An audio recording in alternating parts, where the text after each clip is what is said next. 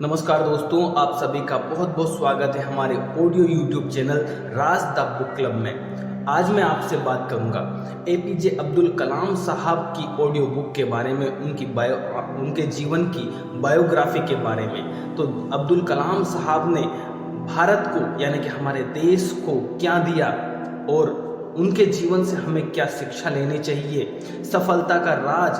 अब्दुल कलाम साहब एक गरीब परिवार में पैदा हुए और भारत के शीर्ष व्यक्ति के तक पहुंच गए, भारत के राष्ट्रपति के पद तक पहुंच गए। तो उनके जीवन में क्या क्या हुआ उसके बारे में आज मैं इस ऑडियो बुक के माध्यम से आपको बताने वाला हूं। तो दोस्तों, इस वीडियो को आखिरी तक, अंत तक, लास्ट तक जरूर देखें और सुने।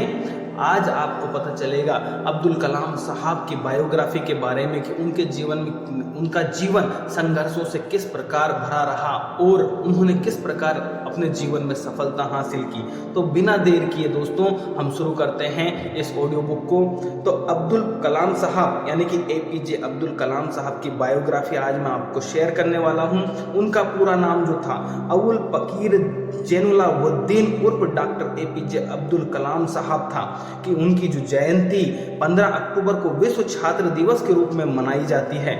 हर वर्ष 15 अक्टूबर को उनकी जयंती मनाई जाती है और तमिलनाडु के रामेश्वरम में डॉक्टर एपीजे अब्दुल कलाम साहब का जन्म 15 अक्टूबर 1931 को हुआ था। वे भारत के 11वें राष्ट्रपति के रूप में जाने जाते हैं।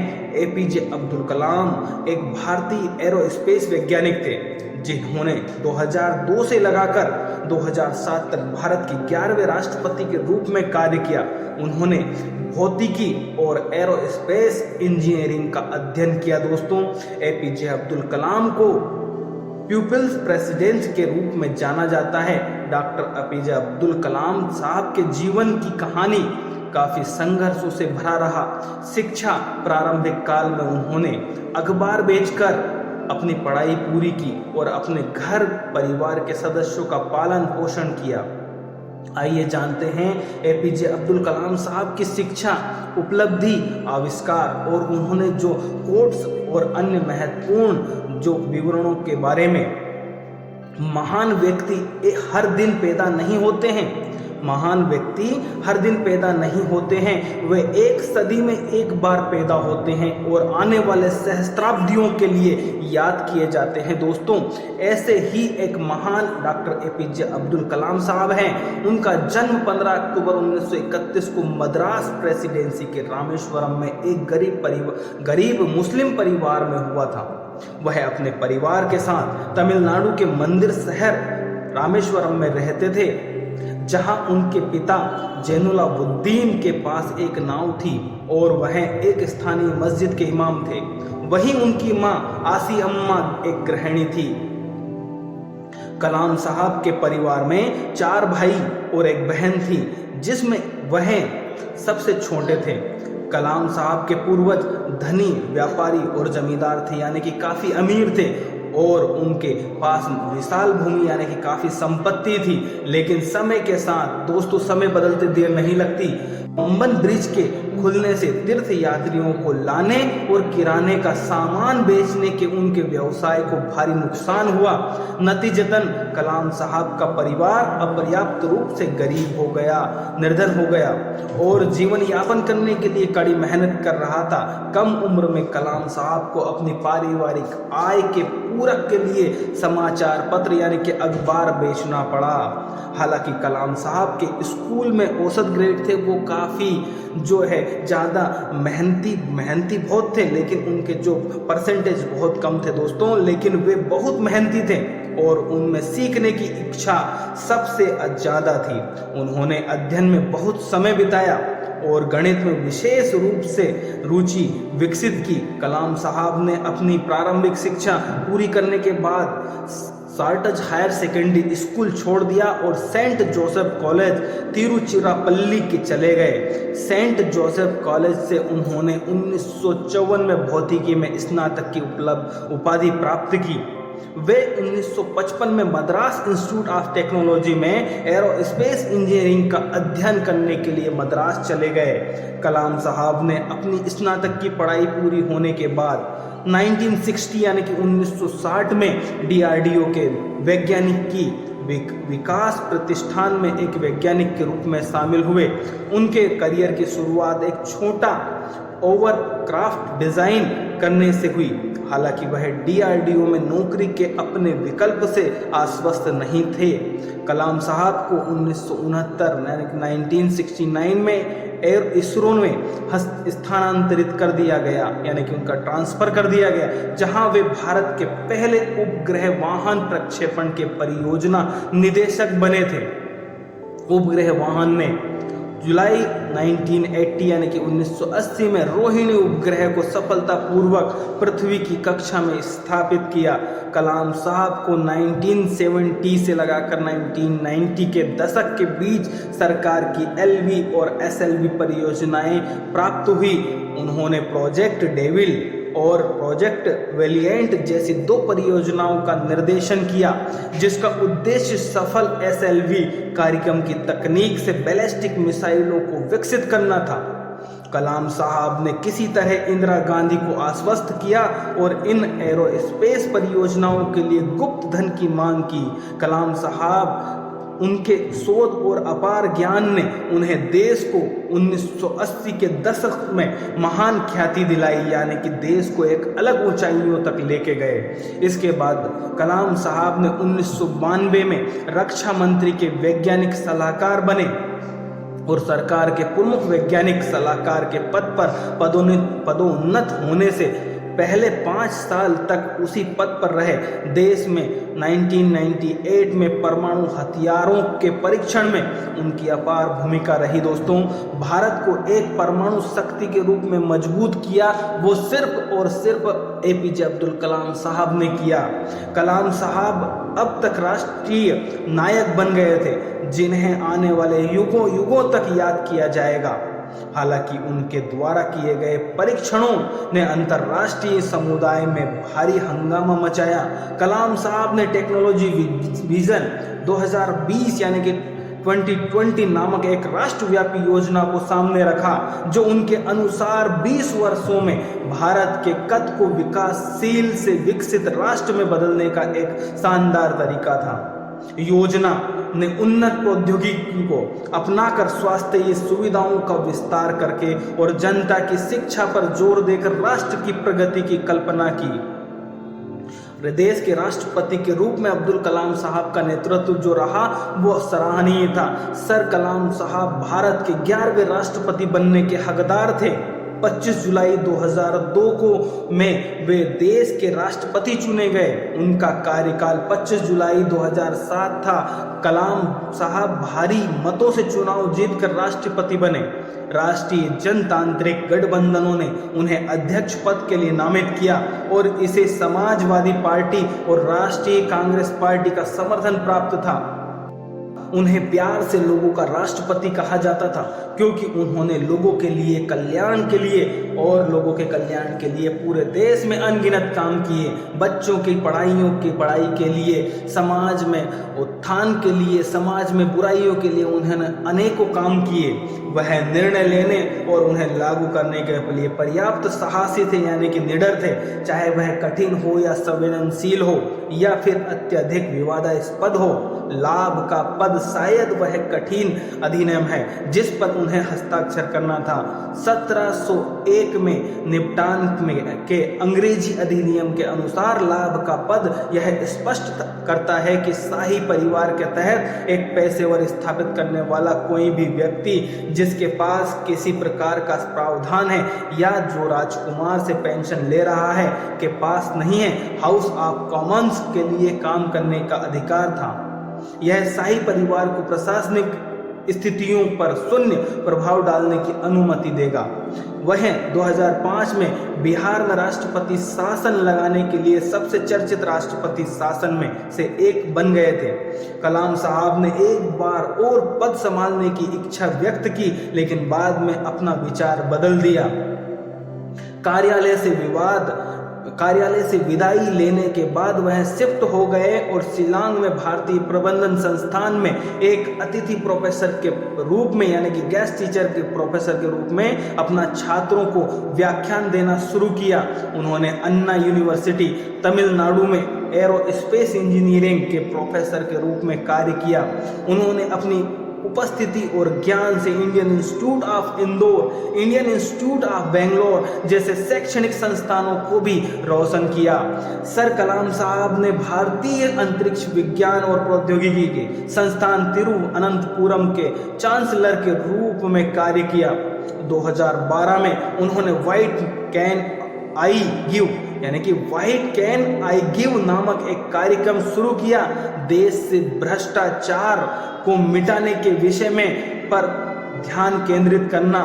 दिल का दौरा और अब्दुल कलाम साहब का निधन। जैसा कि हम जानते हैं कि पृथ्वी पर जन्म लेने वाला प्रत्येक व्यक्ति को एक ना एक दिन मरना ही होता है या यहाँ से जाना ही होता है, लेकिन कुछ लोग देश के लिए अपने योगदान के कारण लाखों लोगों के दिलों में अमर हो जाते हैं, करोड़ों दिलों के में अमर हो जाते हैं। ऐसे ही हमारे डॉक्टर अब्दुल कलाम साहब थे। कलाम साहब एक ऐसे व्यक्ति थे जिनका 83 वर्ष की आयु में निधन हो गया। यह पूरे देश के लिए, खास तौर पर युवाओं के लिए एक बेहद दर्दनाक समय था, क्योंकि हर वर्ग के लोगों को प्रेरित करने वाले एक महान व्यक्ति दुनिया को छोड़कर, दुनिया को अलविदा कहकर चले गए। आपको बता दें कि अब्दुल कलाम साहब IIM शिलांग में एक कार्यक्रम में युवाओं के लिए भाषण दे रहे थे। इस दौरान उन्हें दिल का दौरा पड़ा और वे गिर पड़े। हालांकि उन्हें शिलांग के सबसे अच्छे अस्पताल में भर्ती कराया गया, लेकिन डॉक्टर उन्हें बचा नहीं पाए। फिर उनके पार्थिव शरीर को एयरलिफ्ट कर गुवाहाटी ले जाया गया और वहां से एयरफोर्स के विमान से नई दिल्ली लाया गया। देश के तत्कालीन प्रधानमंत्री, राष्ट्रपति, उपराष्ट्रपति और कई अन्य नेताओं ने उनकी आत्मा के लिए प्रार्थना की। इसके बाद उनके शरीर को भारतीय राष्ट्रीय ध्वज में ढक दिया गया और उनके गृहनगर लाया गया। उनके अंतिम संस्कार में करीब 35,000 लोगों ने शिरकत की और ऐसी महान व्यक्ति की आत्मा की शांति के लिए एकजुट होकर प्रार्थना की। डॉक्टर APJ अब्दुल कलाम के लेखन यानी कि डॉक्टर अब्दुल कलाम साहब एक ऐसे व्यक्ति थे जो न केवल एक महान राजनीतिक नेता थे, बल्कि एक अच्छे शिक्षक और एक लेखक भी थे। उनमें कई नाजुक गुण और दूरदर्शी थे। उन्होंने हमेशा देश के विकास के लिए एक उत्कृष्ट सपना देखा और महसूस किया कि युवा क्रांति ला सकते हैं। अपने विश्वविद्यालय के करियर के दौरान उन्होंने अपने प्रेरणादायक भाषण और जबरदस्त दूरदर्शिता के माध्यम से कई छात्रों को प्रेरित किया। इसके अलावा डॉक्टर कलाम साहब एक महान लेखक थे। उन्होंने कई किताबें लिखी हैं जो मुख्य रूप से राष्ट्र के सशक्तिकरण के लिए है। उनका भारत का निर्माण 2020 यानी कि 2020 हमारे लिए एक उपहार की तरह था। उनके पास भारत को एक महाशक्ति बनाने की सभी रणनीतियां थी। इस पुस्तक में उन्होंने मुख्य रूप से कृषि क्षेत्र में भोजन और विकास, बेहतर स्वास्थ्य देखभाल सुविधाओं, उन्नत सूचना और संचार प्रणाली, अच्छी बुनियादी सुविधाओं, बिजली उत्पादन में पर्याप्तता, कुछ उन्नत प्रौद्योगिकियों में आत्मनिर्भरता जैसे कुछ कारकों पर ध्यान केंद्रित किया था। अब्दुल कलाम साहब की उपलब्धियां अगर मैं बात करूं, अब्दुल कलाम साहब एक महान दिल के व्यक्ति थे जिन्होंने अपने जीवन यात्रा के दौरान कई पुरस्कार प्राप्त किए और कई उपलब्धियां हासिल की। 1981 में यानी कि 1981 में अब्दुल कलाम साहब को प्रतिष्ठित पद्म भूषण पुरस्कार मिला। 1990 में उन्हें पद्म भूषण पुरस्कार मिला। राष्ट्र के प्रति अपने जबरदस्त प्रयास के कारण प्रसिद्ध व्यक्तित्व को 1997 में भारत रत्न मिला। उसी वर्ष उन्हें राष्ट्रीय एकता के लिए इंदिरा गांधी पुरस्कार से सम्मानित किया गया। भारत सरकार ने कलाम साहब को 1998 में वीर सावरकर पुरस्कार से सम्मानित किया। कला विज्ञान और प्रौद्योगिकी में उनके योगदान के कारण उन्हें सन 2000 में शास्त्र रामानुजन पुरस्कार मिला। अंत में वर्ष 2013 में प्रतिष्ठित व्यक्तित्व को वान से सम्मानित किया गया। दोस्तों, ये पुरस्कार हर किसी को नहीं मिलता है। नेशनल स्पेस सोसाइटी द्वारा ब्रॉन्ज पुरस्कार भी उन्हें मिला है। हालांकि अब्दुल कलाम साहब का जीवन संघर्षों और कठिनाइयों से भरा रहा था, लेकिन वे विरोधियों से ऊपर उठकर आधुनिक भारत के महानतम वैज्ञानिकों में से एक बन गए। राष्ट्र निर्माण में उनकी भूमिका को आने वाली पीढ़ी तक याद रखा जाएगा। कलाम साहब की वो आदतें जो हर किसी को अपनानी चाहिए। अगर आपको सफलता पानी है दोस्तों, कामयाबी पानी है, सक्सेस पानी है और उस बुलंदी तक पहुंचना है, तो कलाम साहब की कुछ ये आदतें हैं जो आपको जरूर अपनानी चाहिए। डॉक्टर अब्दुल कलाम साहब की अनेकों आदतें थी जो हम सबको सीखनी चाहिए। यहाँ कुछ ऐसी महत्वपूर्ण आदतें जो हम सबको अपनानी चाहिए। नंबर 1, समय का महत्व समझना। दोस्तों, समय का महत्व समझना एक हेडलाइन है डॉक्टर अब्दुल कलाम साहब की। डॉक्टर कलाम साहब ने समय के महत्व को हमेशा समझा और समय को महत्वाकांक्षी तरीके से उपयोग किया। वह दृढ़ता से वक्त नियंत्रण करते थे, यानी कि समय का सदुपयोग करते थे। नंबर 2 पर आता है दोस्तों स्वास्थ्य का ध्यान रखना, यानी कि आप अपने स्वास्थ्य का ध्यान कैसे रखते हैं। डॉक्टर कलाम साहब ने स्वास्थ्य को महत्वपूर्ण माना है और नियमित व्यायाम और आहार पर, यानी कि आपके खान पान पर उनकी यह आदत उन्हें ऊर्जावान, तेजस्वी और कार्य आगे बढ़ने के लिए प्रेरित करने के लिए रखने में मदद करती थी। नंबर 3 पर आता है दोस्तों गुणों का मूल्यांकन करना। डॉक्टर कलाम साहब ने नैतिक मूल्यों और ईमानदारी की महत्वपूर्णता को सदैव उच्च माना। वे यहाँ तक कि अपने बचपन के दोस्तों से भी गुणों का मूल्यांकन करते थे। नंबर 4 पर जो आता है दोस्तों सीखने के प्रति उत्साह, यानी कि आपके मन में, आपके अंदर सीखने यानी कि लर्निंग प्रोसेस कितनी है, तो सीखने के प्रति उत्साह आपका कितना है। डॉक्टर अब्दुल कलाम साहब ने जीवन भर सीखने का उत्साह बनाए रखा। उनकी अद्भुत जिज्ञासा उन्हें सदैव नवीनता की ओर बढ़ाती थी। नंबर 5 पर दोस्तों आता है सादगी और मितव्ययिता। डॉक्टर कलाम साहब ने हमेशा सादगी और मितव्ययिता को अपनाया। वे आपूर्ति के बिना व्यय करने की सीख देते थे और आसानी से खुशी पाने के लिए सादगी की प्रशंसा करते थे। नंबर 6 पर आता है दोस्तों सामरिक आत्मसमर्पण। डॉक्टर कलाम साहब ने आत्मसमर्पण और सामरिक भूमिका को महत्व दिया। उन्होंने हमेशा देश की सेवा के लिए अपने आप को समर्पित किया और युवाओं को देश के लिए भी समर्पित होने की प्रेरणा दी। में जन्म लिया है तो आप अपने देश के लिए क्या देकर जाएंगे, इसके ऊपर जोर दिया दोस्तों। तो नंबर 7 पर आता है दोस्तों संवेदनशीलता और मानवीयता। डॉक्टर कलाम साहब ने हमेशा संवेदनशीलता और मानवीयता को महत्व दिया। उन्होंने दूसरों की भावनाओं का सम्मान किया और मानवीय संपर्क को मजबूत करने का प्रयास किया। नंबर 8 पर आता है दोस्तों स्वयं संयम, यानी कि आप अपने आप कितने संयमित हैं इसका आपको परिचय देना पड़ेगा। डॉक्टर कलाम साहब ने स्वयं संयम को गहराई से समझा और उसे अपनाया। वे संयमित और आत्मनियंत्रित व्यक्तित्व रखते थे। नंबर 9 पर आता है दोस्तों सहनशीलता। डॉक्टर कलाम साहब ने सहनशीलता की आदत को अपनाया। उन्होंने जीवन के हर पहलू में चुनौतियों का सामना किया और उन्हें पार किया। नंबर 10 पर आता है दोस्तों सद्भावना और संयोजन। डॉक्टर कलाम साहब एक बेहद शांत स्वभाव के व्यक्ति थे। हमेशा सद्भावना को अपनाया और विभिन्न सामुदायिक वर्गों को एकजुट करने का प्रयास किया। यानी वो एक खुद मुस्लिम परिवार में जन्म लिया, लेकिन उन्होंने सभी धर्मों को प्राथमिकता दी, सभी धर्मों का पालन किया, सभी धर्मों को सम्मान दिया दोस्तों। उन्होंने एक ऐसे भारत के लिए आदर्श बनाया जहां सभी धर्म, जाति और समुदाय के वर्गों के लिए को साथ मिलकर रह सकें। दोस्तों हमें अब्दुल कलाम साहब के जीवन से क्या सीखना चाहिए, ये मैं इस ऑडियो बुक के माध्यम से आपको उनके जीवन के शुरुआती दिनों से लगाकर तो उनके जीवन के अंतिम क्षणों तक का मैंने सफ़र आपके साथ तय किया दोस्तों। तो निष्कर्ष क्या निकलता है हमें अब्दुल कलाम साहब के जीवन से, तो कलाम साहब ने विंग्स ऑफ फायर के नाम से आत्मकथा लिखी जो 1999 में प्रकाशित हुई थी, और साथ ही इंडिया 2020 की अगली कड़ी थी जिसका शीर्षक था इग्नाइटेड माइंड्स।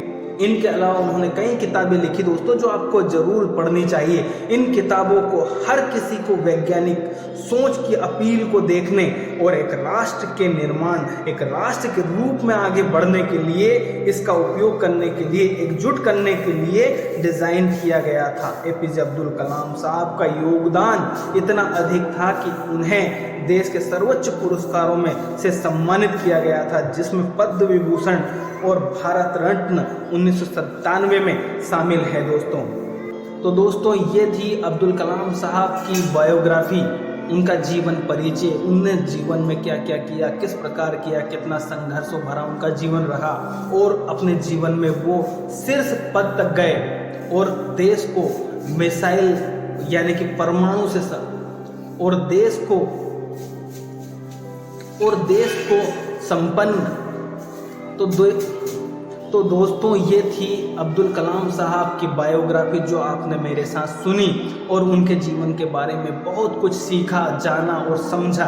तो दोस्तों अभी तक आपने अगर हमारे YouTube चैनल को शेयर नहीं किया है, सब्सक्राइब नहीं किया है, लाइक नहीं किया है, बेल आइकन प्रेस नहीं किया है, तो दोस्तों ये सब कीजिए, सब्सक्राइब कीजिए, शेयर कीजिए और बेल आइकन प्रेस कीजिए और ज़्यादा से ज़्यादा लोगों तक शेयर करवाइए और हमारे YouTube चैनल को शेयर कीजिए, सब्सक्राइब कीजिए, ताकि अब्दुल कलाम साहब के बारे में देश दुनिया जान सके। और लोगों तक आप शेयर कीजिए इस वीडियो को, ऑडियो को, ताकि लोगों को पता चले कि अब्दुल कलाम साहब जैसे व्यक्ति हमारे देश में हुए हैं और ऐसे सदियों में एक ही बार ऐसे व्यक्ति होते हैं दोस्तों।